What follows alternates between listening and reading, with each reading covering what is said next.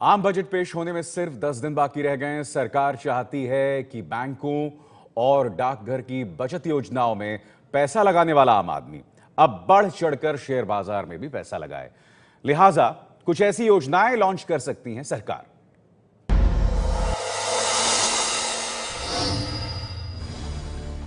नकद, एफडी, जमीन, मकान, बॉन्ड और शेयर बाजार। शेयर का मतलब है कंपनियों में हिस्सा, लेकिन भारत के सिर्फ 2% लोग ही कंपनियों में हिस्सेदारी खरीदने का जोखिम उठाकर शेयर बाजार में निवेश करते हैं। सरकार चाहती है कि देश में इक्विटी कल्चर को बढ़ावा मिले और ज्यादा से ज्यादा लोग शेयर बाजार में भी पैसा लगाएं, ताकि बाजार में पैसे का बहाव बना रहे और अर्थव्यवस्था को गति मिले। इसी के मद्देनजर 29 फरवरी को वित्त मंत्री Jaitley Rajiv Gandhi equity saving scheme में या तो भारी फेरबदल कर सकते हैं या उसे खत्म कर नई योजना का ऐलान कर सकते हैं।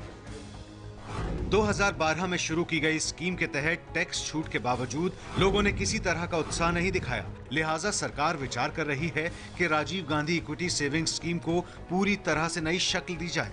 एक विकल्प ये भी है कि प्रधानमंत्री जन धन योजना के तर्ज पर शेयरों और शेयरों वाले म्यूचुअल फंड में निवेश के लिए नई स्कीम का ऐलान किया जाए। आप लोगों को इंसेंटिव देके डीमैट अकाउंट नहीं खुलवा सकते। निवेशकों के लिए बाजार में पैसा लगाने का एक और केवल एक कारण होना चाहिए कि वो आकर्षित हैं उसके असल कारण की वजह से। उनके निवेश पे उन्हें बेहतर रिटर्न मिलेगा और इसकी अगर उन्हें समझ है, अगर इसमें उन्हें विश्वास है, तो उन्हें निवेश करना चाहिए। न कि आपको टैक्स की छूट मिलेगी इसलिए आप डीमैट अकाउंट खोल के आप निवेश करेंगे। वैसे आपको हैरानी हो सकती है कि जब शेयर बाजार की हालत खस्ता हो उस समय किसी को पहली बार शेयर बाजार में आने को कहा जाए, लेकिन जानकारों की माने तो सोच समझकर और उम्दा कंपनियों में लंबे समय के लिए किया गया निवेश काफी फायदा दे सकता है। यही नहीं, इस समय बाजार में शेयरों के भाव काफी नीचे आ चुके हैं, जिसकी वजह से निवेशकों को अच्छी कंपनी के शेयर सस्ते भाव पर मिल सकते हैं। और हाँ, जो लोग सीधे सीधे शेयर में पैसा नहीं लगाना चाहते हैं उनके लिए म्यूचुअल फंड का विकल्प तो है ही। आप जब स्टॉक मार्केट में आते हैं तो आप उस कंपनी के मालिक बन रहे हैं। लोग हालांकि ऐसा सोचते नहीं हैं, सुबह खरीदते हैं शाम को बेचते हैं और मालिक वाला उनका रुख नहीं होता है। लेकिन अगर आप मालिक बन रहे हैं तो बिज़नेस के फ़ायदे का आपको, बिज़नेस अगर अच्छा करता है तो उसका आपको बड़ा फ़ायदा मिलेगा और अच्छा नहीं करता है तो नुकसान होगा। तो ये रिकंसाइल करना, ये समझना बड़ा ज़रूरी है। और ये जो बाज़ार का उतार चढ़ाव है ये समझदार निवेशक के लिए बड़ा फ़ायदेमंद है। मेरी सलाह होगी कि सरकार को म्यूचुअल फंड को अग्रेसिवली प्रमोट करना चाहिए। देश में निवेशकों की तादाद बढ़ाने के मकसद से ही पिछली सरकार ने 2012 में Rajiv Gandhi equity saving scheme की शुरुआत की।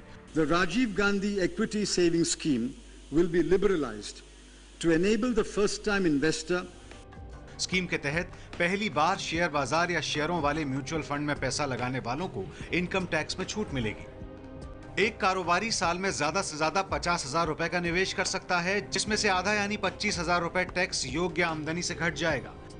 टैक्स में रियायत उसी को मिलेगी जिसकी सालाना आमदनी 12 लाख रुपए या उससे कम हो। स्कीम में भाग लेने के लिए डीमैट अकाउंट खुलवाना होगा। यदि पहले से ऐसा अकाउंट खुला हो लेकिन उसके जरिए एक बार भी निवेश नहीं हुआ हो तो नए स्कीम का फायदा मिल सकता है। शेयर बाजार में निवेश जोखिम का काम तो है ही, उस पर से कंपनी को परखना और उसके भविष्य का अंदाजा लगाना भी काफी मुश्किल का काम है। यही वजह है कि बेहतर रिटर्न की उम्मीद और टैक्स में रियायतों के बावजूद शेयर बाजार में लोग पैसा लगाने से हिचकते हैं। ये मत भूलिए कि इक्विटी लिंक सेविंग स्कीम्स का विकल्प पहले से ही मौजूद है, जहां पर आपको डीमैट अकाउंट खोलना जरूरी नहीं होता और साथ ही टैक्स छूट का फायदा भी मिलता है।